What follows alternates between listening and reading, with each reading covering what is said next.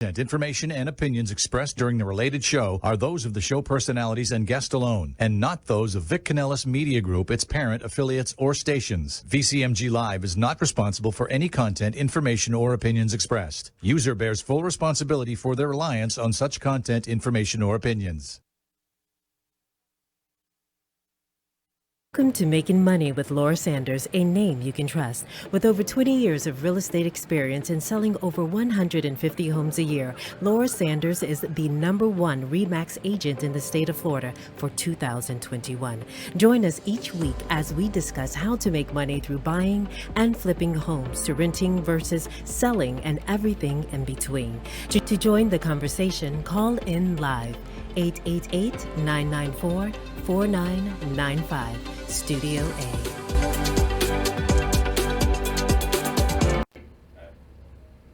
Hi everyone, and welcome to Making Money with Laura Sanders, a name you can trust. Today is episode 1, and I am not Oprah Winfrey, and I am not giving away cars today. But I don't know, if y'all want to donate, and I can, we will. Anyway, you're probably wondering, why is Laura Sanders on the radio? Why are you listening to me? And why would they give me a show? Great question. So one of the reasons is probably because I sell over 150 homes a year, and I have been ranked as 121 in the nation for realtors in the United States, according to the Real Trend in the New York Times. So what I want to do is I want to help you guys to learn on how you can make money in the real estate world, whether it be renting out properties, helping you to fix up a home after a flood, anything that you can think of. So what we're going to do today is we're going to have some people give a call in, and you can call us and you can ask questions, and then we can see if there's something that I can do to help you. You can reach out to me on my website and send me a request, and I can give you more information.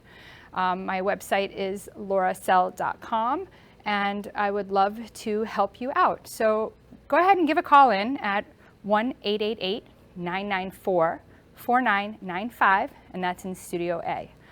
So while we're waiting to see if anybody calls in, because again, this is the first time I'm on the radio as your guest host, we're looking for people to interview you in the real estate world. We're looking for mortgage brokers. We can use movers. We can use anybody that has something to do with real estate.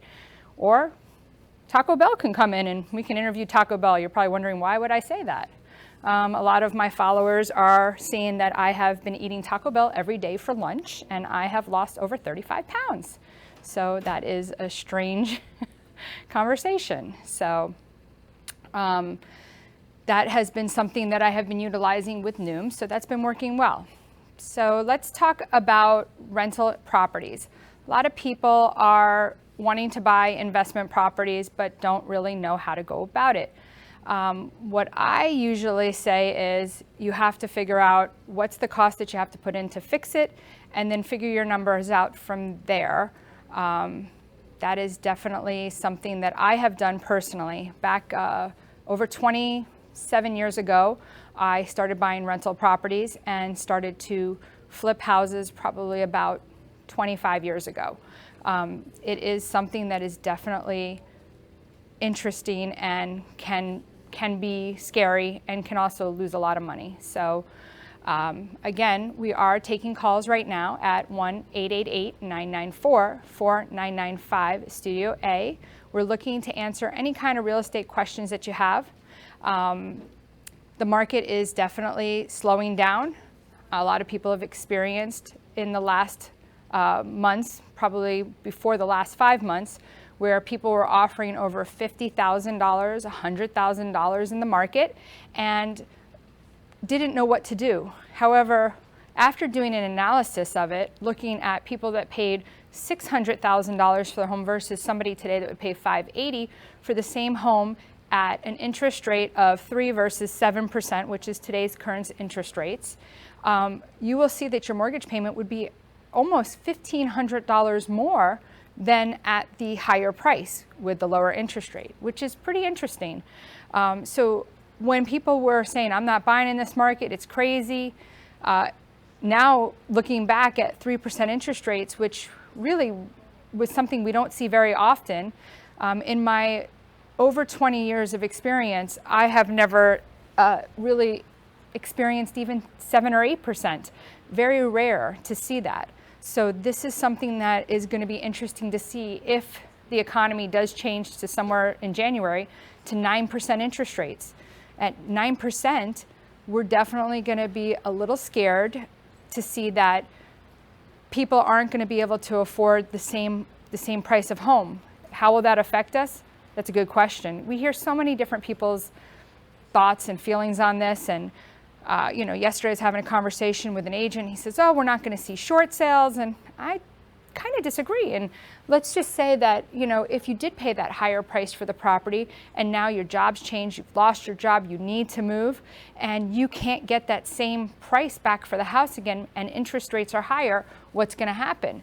A short sale is when you owe more money than what the property is worth, and you're going to have to negotiate directly with the bank to see if they'll take less money for the property.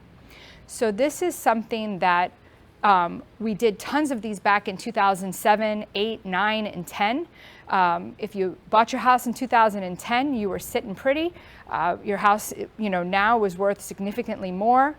And the short sales is something that I do believe that we'll see again. Banks had taken a little while to set themselves up to be able to do the short sales. And now, they've let all those departments go, and they do have what's called a loss mitigation department. But again, where will the banks be with this, and how in depth will it be versus what we dealt with back in the crash in 2007? So, if we didn't sell the house with it a year ago when everything was high, interest rates were low, is it too late to sell now? Should we stay? So the prices went up so fast that whether or not you should sell is really going to depend upon how much you owe, what you're looking to get, and where you're going to. So you have to look at your whole picture. If you're moving to somewhere where, the way I look at it is that if you're going to North Carolina, it's going to be the same that's here. The prices are going to go down there. I have a client, they're looking to sell in Coral Springs. They're looking to go to Boynton. As their house goes down, the homes in Boynton go down. So it's pretty much all relative, but the people that this is really going to help are the cash people.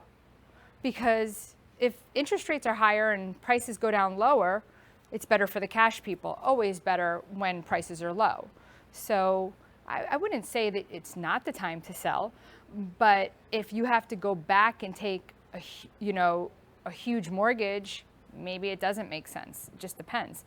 And that's something that sometimes, if you don't need all your cash from your home, and sometimes what I can do is analyze whether or not you take an equity line on the home that you currently own and keep it when it's at a 2.5% interest rate, that could make more sense for the person to keep that as an investment and rent it out. But again, it's specific to each person. Sometimes what I would give information to a 40-year-old versus a 75-year-old might be completely different. And in some senses, as a real estate agent, we are financial advisors in the real estate industry. So, that helps me to make that better decision. So Making Money with Laura, a name you can trust. I love the name of the show. It's not just about selling high, buying right. It's about maybe you should keep your property and then have a second property, or look at an investment property. Exactly. You work a lot of different angles. Yeah, that's what I'm saying. If you just refinance for 2.5 or 2.75 and you have a lot of equity in the house, sometimes it makes sense to take some of that equity out to buy the new house. And there's ways to do that. And I definitely have facilities that I can recommend you to. But then the cash flow that you're going to get from the property that you're renting at such a low interest rate, it might make sense. But again, then it's also analyzing, okay, when you keep this property, whatever your payment is right now is going to change.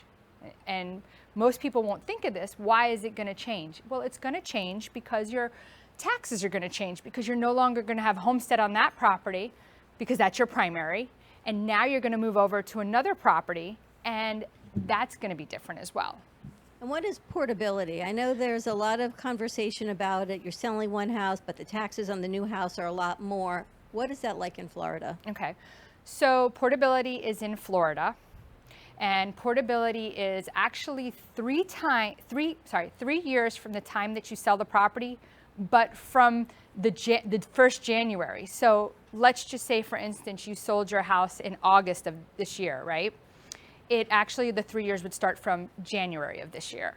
So it'd be 3 years from that time that you would get to transfer your portability, but you have to stay in the state of Florida. So if you go to Georgia, or you come from Georgia and you lived in your house for 30 years in Georgia, you don't get to utilize portability in Florida. So the benefit to this is, and again, you can use it upsizing and you can use it for downsizing. So it definitely makes a big difference. I do this analysis all the time for my clients. You can go to, in Broward, you can go to www.bcpa.net,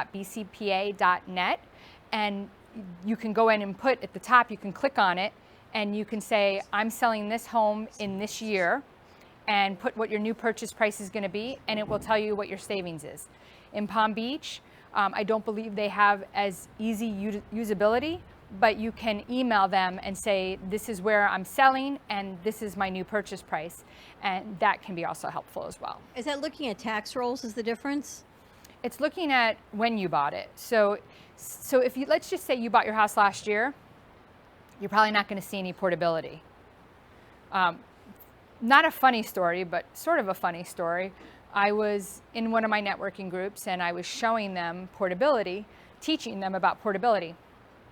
So one guy asked me about it. I said, oh, let me go to your address. I put it into the tax records and I clicked on the portability. I knew he had lived in his house for about 8 years. And all of a sudden I saw there was no portability in there. And I was like, what is going on here? I looked back up to the top and I realized he had no homestead. So I said to him, you don't have any homestead. And he looked at it and he said, what do you mean? I go, you never applied for homestead. So he lost the entire 8 years of homestead because he never applied for it. And his taxes had to be through the roof.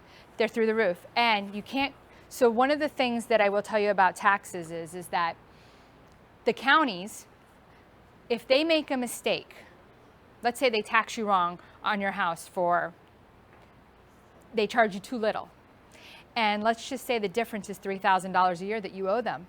They can go back 10 years. And you could owe them $30,000. But if they make a mistake and you catch it, and it's been going on, let's just say 20 years that you've owned the house, 10 years that you own the house, they'll only go back 1 year. If you catch it. But portability is definitely something that a lot of people don't understand. And again, I explain to people, like I'm getting ready to make my calls to all the people that I sold their house to, that they've bought a home, to call them and say, hey, just want to remind you, make sure you apply for your portability because it's a big deal. I also send out a reminder in an email letting them know that it's coming to the end of the time to apply for portability. So in that particular instance with that gentleman, I really feel like it was his realtor and the title company didn't say, hey, just want to remind you, apply for portability. So I think who you work with makes a difference. And that's kind of part of, like, when you're saying make money with Laura, you lose money when you work with the wrong person. And that's one way that somebody lost money. Because they didn't know. Let me ask you about the younger generation, late 20s, 30s. Rents are crazy, or they were anyway. Maybe they're going to start coming down. Yeah. Renting properties versus getting in. I know it's expensive, but is it maybe better to buy something small versus renting? So again, generalized, every situation's different. Of course, rent is 100% non-deductible. It's, of course, you're paying 100% interest when you're paying rent because, you know, you're not saving anything. You can't write anything off. So I think that it depends because how little's little. Like I have a firefighter looking right now. He's using one of our Homes for Heroes program. And the payment with the interest rate went from being something like $1,600 to $2,400. So sometimes you can't afford, the 24, but I guess the difference is if you can find rent for the same size for 17 versus 24, do you save the difference? And again, like I said, that's something that you have to look at for each person individually to see. And then also talking to an accountant, asking them to see what that difference will be, how that works for them, you know, because you're getting a tax write-off, but the tax write-offs have changed significantly. And that's something that I always tell people, talk to your accountant, see how this is going to work the best for you. And what do you think about investment properties? I'm all for it. I have several myself. I currently am finishing up 2 more Airbnbs, so I'll have a total of 5. I believe in it, and I also believe that when you're going to do something like this in real estate, you should definitely be with somebody that knows how to do this, that's done it themselves. I mean, it's kind of weird to buy a house from a realtor that's never owned a house. So I truly believe in investment properties. What other advice do you have for people looking to make a move, make a change, sell? Advice that I have for people looking to make a move, make a change. Hire somebody that has experience. Don't let realtors dupe you, telling you, oh, I'm going to sell your property for 1%. Even in this changing market, all they're trying to do is generate leads off of your home to get buyers to come into the house and show them property. They're not looking for your best interest. They're just utilizing your house as an advertisement device. And that's something that a lot of times I feel like people get duped on. The other thing is using mom and pop real estate agencies. I'm not saying that that's bad, but truly, for instance, like RE/MAX, we're global. We're all over the world. We're in Spain, we're in Israel, we're in Italy. I mean, that exposure is unbelievable. Can you go into the Hometown Heroes a little bit? My daughter's a teacher, and we tried to use that program because it looks so great, but it needed more money down than we anticipated, or maybe we were just not working with the right person. So that's something that, you know, I know the basics. If you needed more money down than was anticipated, and this would be great for a mortgage guy to call in right now so that they could answer that, that would be awesome. But they're supposed to help with closing costs and down payment assistance.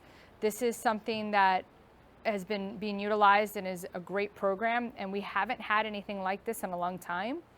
So I'm not sure why you needed more money, but maybe it wasn't covering all of the closing costs. Sometimes, you know, closing costs are something that's a little different to understand, because most people think closing costs are just closing costs, but they're also prepaids. What are prepaids? Prepaids is paying your entire year of insurance on a property up front. Now, if you're buying a condo versus a house, we have insurance that covers the interior versus the exterior. And then when you're buying a house, you have insurance that covers in and out. So that's something that a lot of people don't take into account when they're buying, to know that the insurance, the 4 months of taxes paid up front that has to be paid into an escrow account. Now you get all this back when you sell it, but these are costs and expenses that somebody needs to know that they need to come up with. And that's your money that's in an escrow account that comes back to you. But it's always a lot of money and a little shocking to buyers. Typical closing costs are about 4% average on a sale for a buyer. Yeah, you don't realize that. And you talked about briefly homeowners insurance, especially if I'm sitting in the rain, water. Water versus flood. A lot of people on the West Coast experience both. Right. What's the difference? So you can buy, you know, flood insurance, and a lot of times when people are buying properties, you're not in a flood zone. So the lender will tell you you don't need to buy flood insurance, which has gotten pretty costly lately. Somewhere in the neighborhood of $700-800 just on a primary. I highly recommend that you buy this. You don't need to buy it for the lender to include it into your payment to help increase your debt to income ratio. But if it's not required by the lender, I highly recommend you buy it, because flood insurance, water that's coming from, let's say it's rising water from a lake, that's what you need flood insurance for. But the water that comes in from the roof, from the rain, that's water coverage. And insurance companies are now excluding, and this would be great to have an insurance agent to come and talk about this, but insurance companies now, and some of the great ones like TipTap, they were getting ready to write again, and I was getting excited, and then they pulled out right as the hurricane hit, and they said, we're not writing. A lot of these people don't want to write here.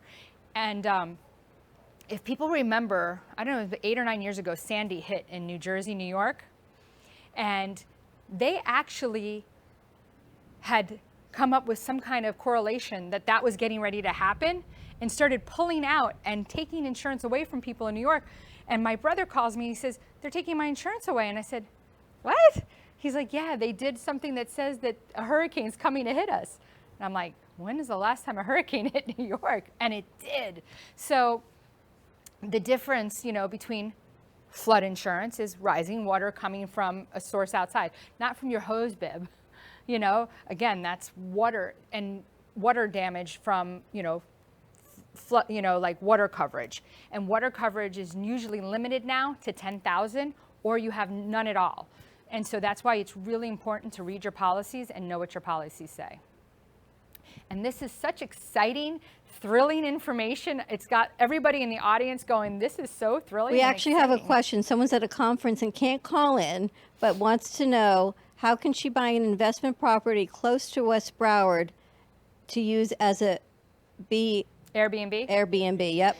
Okay, so when They're you say listening on the radio, but they couldn't call in. So I would ask them, when you say West Broward, where in West Broward? That would be another one to talk about with, I have a guy that sets up Airbnbs. He does all the paperwork for me. So give you an example, the city of Pompano and the city of Coral Springs. See, the city of Coral Springs doesn't want any Airbnbs there. But when people are visiting family, people want a place to stay.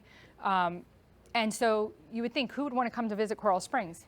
Okay, so the city of Coral Springs, they will check and make sure that, and the city of Pompano, that every single thing in your unit has been permitted. I bought something from another person, and when the city came in to inspect, they said, where's the permit for the water heater? It was there. Then they said there was a an extra AC unit outside. They said, where's the permit for that? Then they asked me, where's the permit for the kitchen? And I said, are you kidding me? Like, this isn't new. This has been here.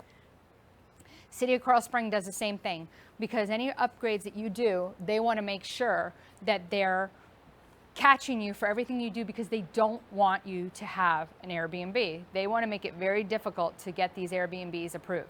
So it's very important for you to know what cities have what specific requirements, because some cities are easier than others. And those are considered investment properties? They are investment properties, and I will tell you that a lot of times you can make more money with an Airbnb than regular rent. What's the best way for people to contact you? So the best way to contact me would be 954-650-0827, or you can go to my website and send in a request to contact me at laurasell, that's SELL.com. And again, this is Laura Sanders with Making Money with a Name You Can Trust. And this is just the first episode, and maybe next week we'll give away cars. Thank you for tuning in for Making Money with Laura Sanders, a name you can trust. To join the conversation, call us at the studio, 888-994-4995 Studio A, or contact Laura directly at 954-650-0827. Laura Sanders, a name you can trust. We look forward to seeing you next week.